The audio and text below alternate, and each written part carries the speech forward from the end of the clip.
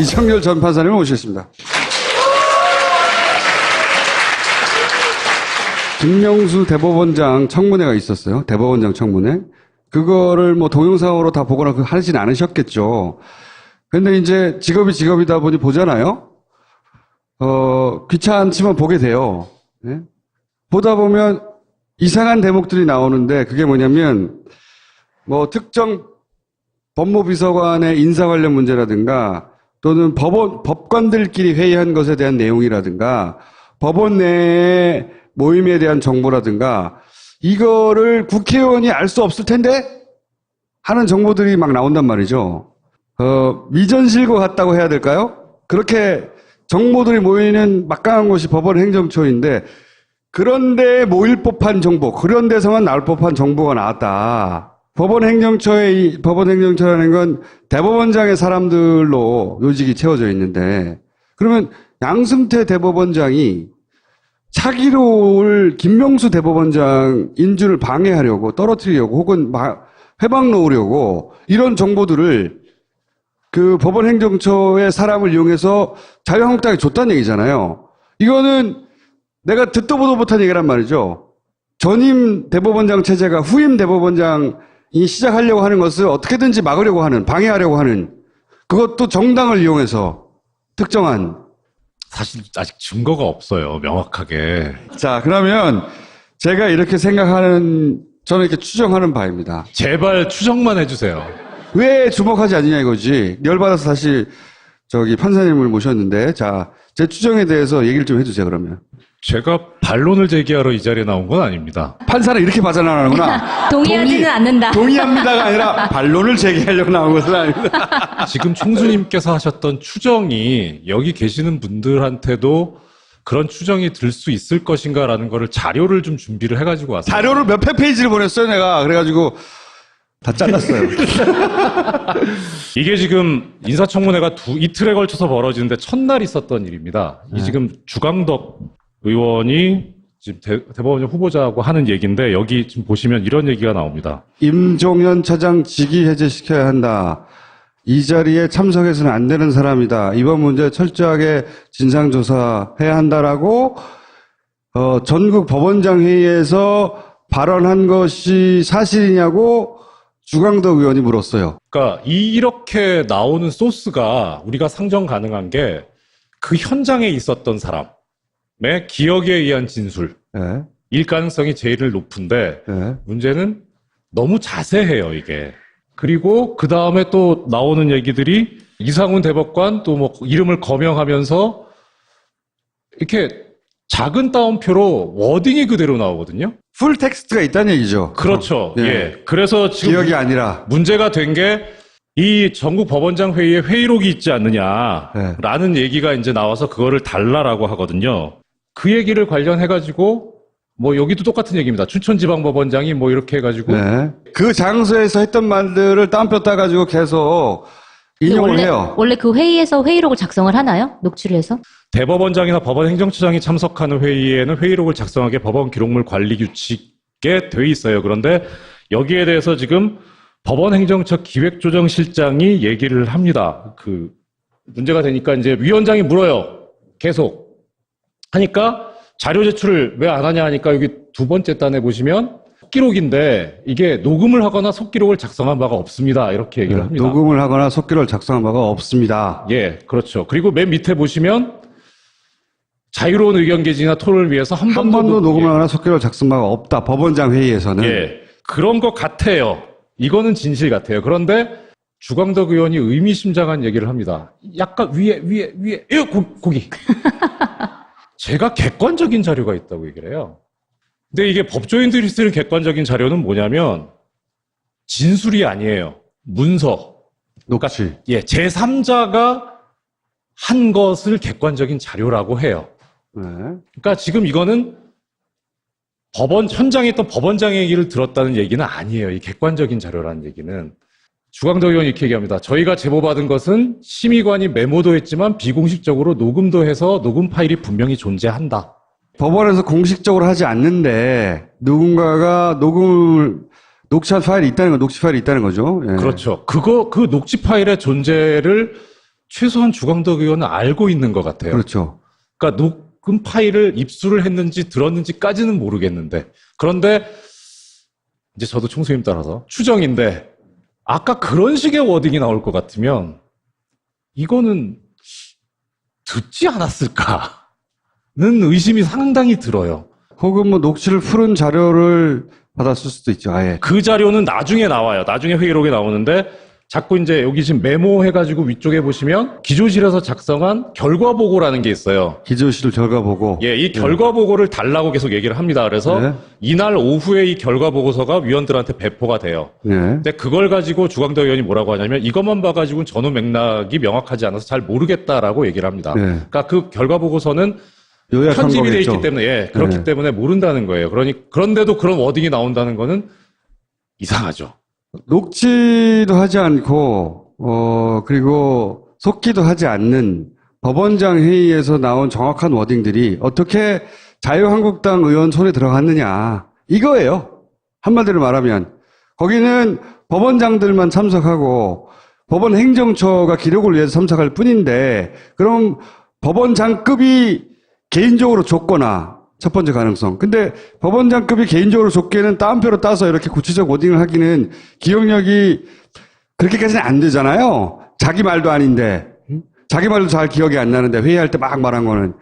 근데 그 워딩들을 구체적으로 뚜둑 따서 나왔으니 이건 녹취를 누군가를 하고 녹취를 푼 게 있었다는 것 같은데, 그거는 그럼 법원 행정처에 있었어야 할 것 같은데, 그죠? 기조실장의 얘기도 법원 행정처 기조실 심의관이 결과보고서 작성을 위해서 비공식적으로 녹음을 했다. 그럼 법원 행정처에 있었어야 하는 게 적어도 일로 넘어갔다는 얘기잖아요. 자유한국당 의원에게. 원래는 공개할 수 없는 자료인 거죠? 그렇죠. 공개하면 안 되는 거죠. 회의 자체가 지금 비공식으로 돼. 나의 추정이 이게 맞잖아. 총수님의 추정을 또 하나 뒷받침해드리기 위해서 한 장만 더 넘겨주세요.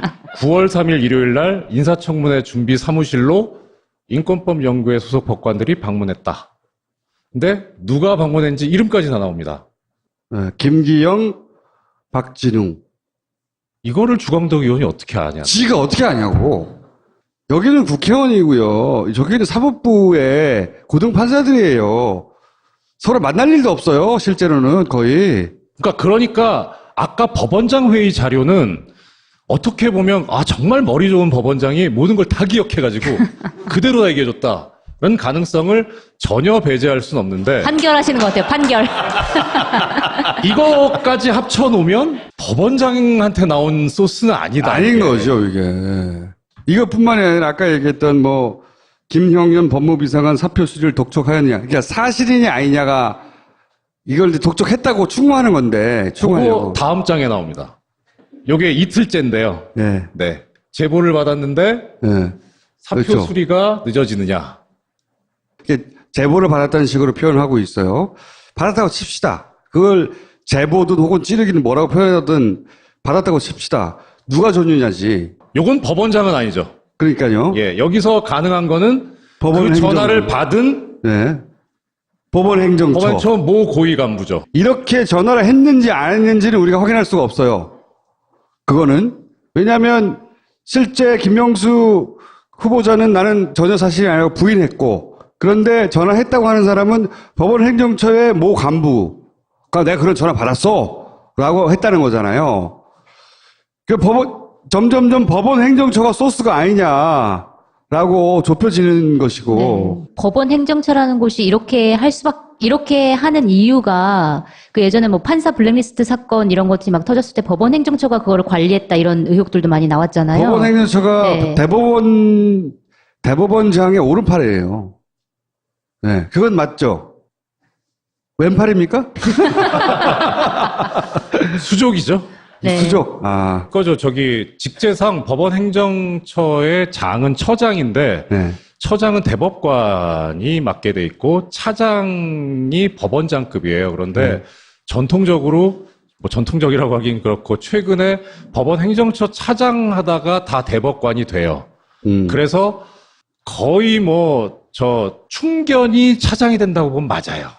임종원 차장이 최근에 이제 여기서도 나오지만 판사 블랙리스트라든가 이제 국제인권법연구회 그 세미나 방해 네. 관련해가지고 문제가 됐었는데 네. 정말 열심히 했어요. 음. 너무 열심히 해가지고 무리를 일으킨 거죠.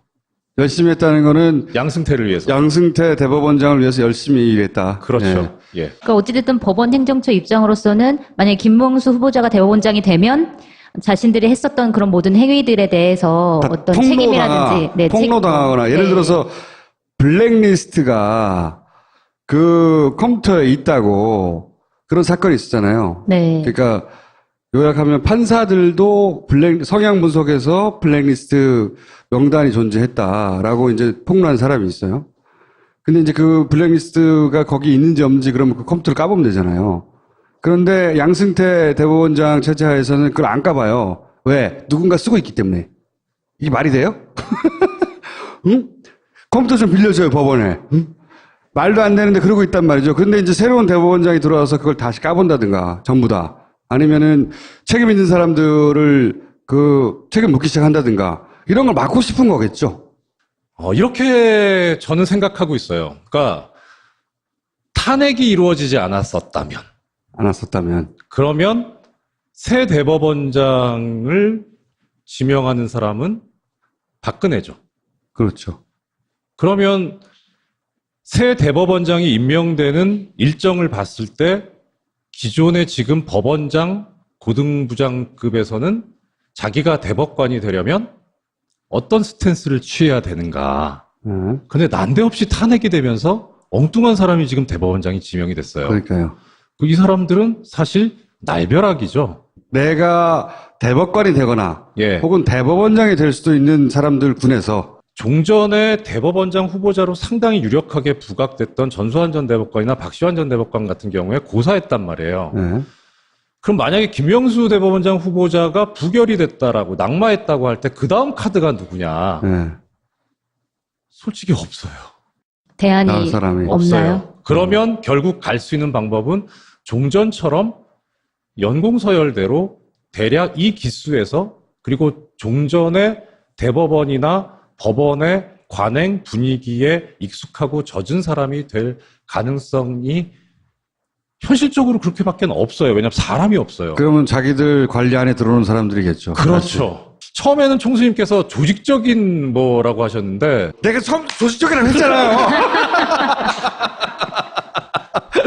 아니 사람들이 믿지잖아. 딱 보니까 조직적인데 누군가 개인이 일탈해서 특히 법관들은요. 제가 만나본 굉장히 모범적이에요. 보수적이고 방어적이고. 그런데 모험을 하지 않는 그런 사람들이 갑자기 지금 차기 대법원장의 인사청문을 하는데 뭐 자료를 찔러준다? 자기 개인적으로? 절대 있을 수 없다고 봅니다, 저는. 일단의 사람들이 자기들끼리 모여와서 자기들끼리 막 이걸 막아야 된다고 서로 부추기며 그것의 명분도 얻고 스스로 힘도 얻어가지고 같이 움직여서 누군가 갔다. 그렇게 생각할 수밖에 없는 일이 벌어졌다고 나는 생각했는데. 인사청문회 그 당시 준비할 때 사무실에 들락날락했던 사람들 네. 이거는 청문회 준비팀 안에 소위 프락치가 있다는 얘기밖에 안 되잖아요. 그렇죠. 그걸 네. 보고하고 있다는 거잖아요. 거기 들락날락 하면서 그 정보를 빼서 절로 자영업자에 주고 있던 거 아니에요, 지금? 그러면 김영수 후보자는 지금 뒤통수를 맞고 있다는 얘기거든요. 그렇죠. 이게. 예. 이거는 심각한 거죠. 대법원장이 되려고 준비하고 있는데 그 정보를 빼가지고 임기 며칠 남지도 않은 대법원장 쪽 사이드한테 주거나 그걸 자영업자에 주고 있다는 거잖아요. 그런 걸로 추정돼. 특정 정당에다가 야, 얘 줘 이러는 거예요. 약간 이해가 안 가는 게 뭐냐면 그 조지는 내용이 그렇게 파괴적인 내용은 아니잖아요. 사실. 법원 아니지. 이 사법부 내의 시각으로 보면 자기들은 이거 심각하다고 생각하는 거예요. 자기들끼리는. 그 송채경화 기자님 말씀이 맞는 게, 네.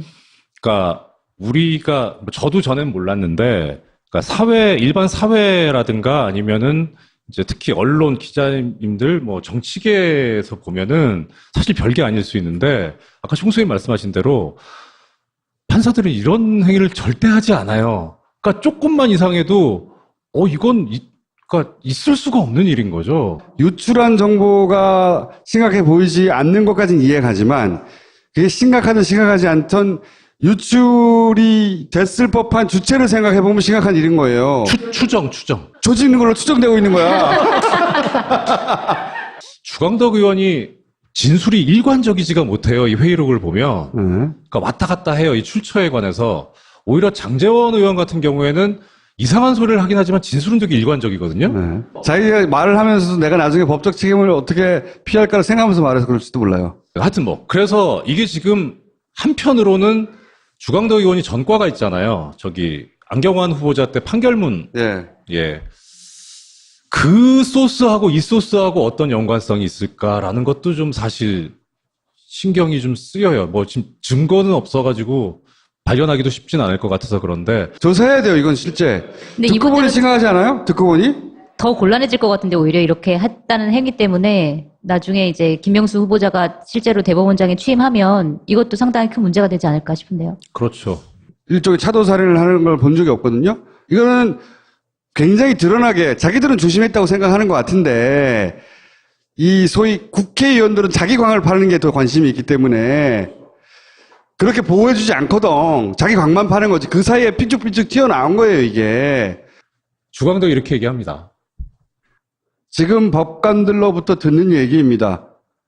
누가 이런 얘기를 저한테 제보하겠습니까? 예, 자백을 했어요. 근데 이게 지금 오전 발언 내용인데, 오후 발언 내용인데, 오전에는 뭐라 그랬냐면, 국제인권법 연구의 핵심 판사들이 한 30-40명 되는데, 그 사람들을 빼고 나머지는 우리가 아무리 알아보려고 해도 우리한테 협조를 하지 않습니다라고 하는 진술을 해요. 앞뒤가 안 맞아요. 숨기려고 하다가, 아까 예리하신 총수님 지적대로 광팔려고 한 자백을 해버린 거죠. 그러니까 이제 자유한국당과 양승태 체제는 사실 거의 한 몸이라고 봐야 되는 거 아니냐고 추정되는 정황들이 지금.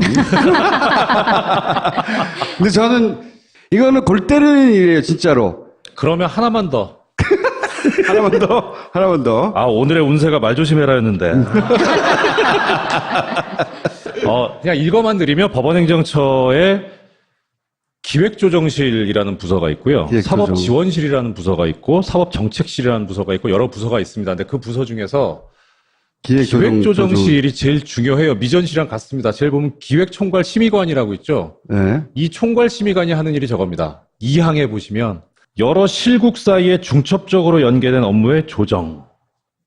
이게 뭐냐면 어느 한 부서에 특정된 업무면 거기서 하는데 어디에 있는지 모르는 거면 여기서 한다는 거고요. 이 자리는 미전실이네. 확실히 여기가 삼성에 미전실 하는 거 거거든요. 그룹 계열사들 조율하고 조정하고. 그러니까 아까 그 법원장 회의에서 비공식적으로 녹음을 했다고 하는 심의관, 그 심의관이 판사인데요. 네. 판사가 하는 자리인데 기획 1 아니면 2 둘 중에 하나일 겁니다. 보통 둘 중에 하나가 하니까요. 보도 보셔서 아시겠지만 그 국제인권법 연구의 활동을 저지시키기 위해서 인권법 연구의 소속 판사를 행정처로 발령냈다가 내서 당신이 블랙리스트 관리해라라고 하니까 나 이거 못한다 해서 다시 원대 복귀한 그런 사건이 있었습니다. 그래서 블랙리스트라는 게 터졌죠. 그 판사를 발령낸 자리가 이 기획 2 담당관입니다. 거기까지 자세히 알고 싶지 않고요. 그러니까 이게 뭐냐면 핵심은 기획조정실이 뭔가 이상하다.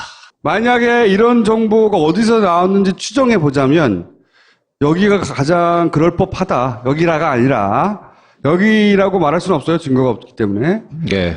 그런데 업무상 여기가 제일 가깝다라고 추정된다. 뭐 이런 말씀이시죠? 예. 예. 지금 좀 고통스럽긴 한데 그거 한 10번 정도 봤거든요. 네. 근데 사실 그러니까 첫날 부분은 좀 거의 분석이 됐는데 둘째 날 부분은 네. 좀 더 힘들더라고요. 감사합니다. 고맙습니다. 네.